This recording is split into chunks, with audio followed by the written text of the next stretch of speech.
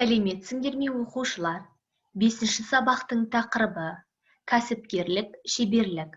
Сабақтың мақсаты ғылыми көпшілік және публицистикалық мәтіндерге сүйеніп, монолог және диалог құрау.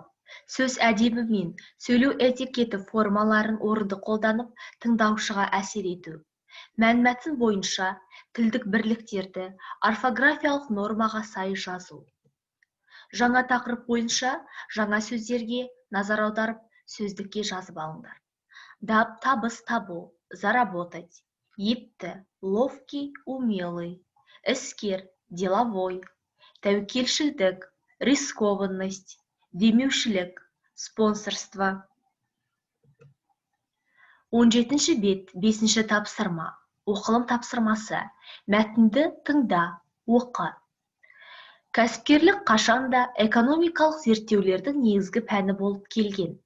Себебі нарықтық үдерістерде кәсіпкер негізгі рөл атқарады.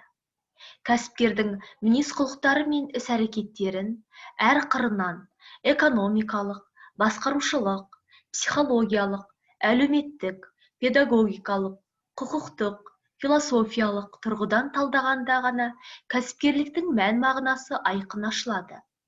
Философиялық принцип бойынша кәсіпкер өзінде, басқаларда өз бетінше табыс тауып, күн көруге ұйымдастыра алатын, басқарушы қабілеті ерекше тұлға.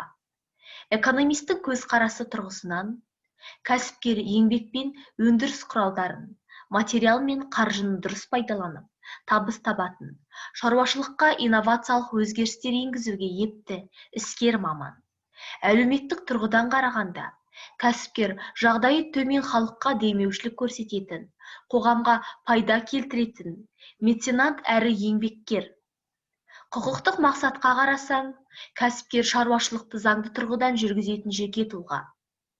Психологиялық мағынада алсаң, кәсіпкер өзіне сенімді, қызметкерлерінің ынтасын көтере алатын жақсы ұйымдастырушы. Ал кәсіпкердің педагогикалық өнегесі білімді маман болуға, шығармашылық тұрғыдан ойлауға, шаруашылықты шебер жүргізуге, бәсекеге қабілетті тұлға дәрежесіне көтеруге үлгі болу. Қорыта айтқанда, кәсіпкер өзінің әл-ауқатында, ұлттың байлығында көтеретін, саналы іскер еңбеккер.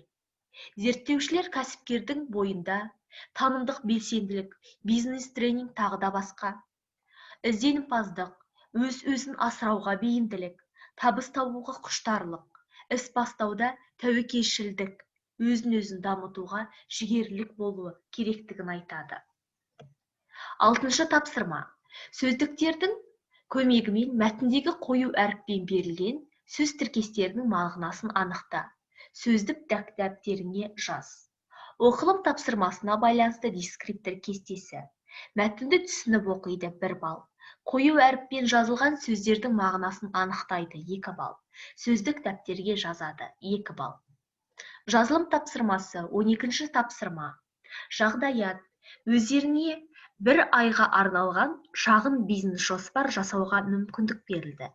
Бизнес жоспар жасауға қойылатын талаптармен танысыңдар. Өзара ақылдасып жоспар құрыңдар. Диалогте болжалды сан есімдерді қолданыңдар. Жазылым дағдысы бойынша дескриптор кестесі. Сұхбат құрады 2 балл. Жаңа сөздерді қолданады 2 балл. Орфографиялық нормаға сай жазады 1 балл. Осымен сабақ аяқталды. Сау болыңдар оқушылар.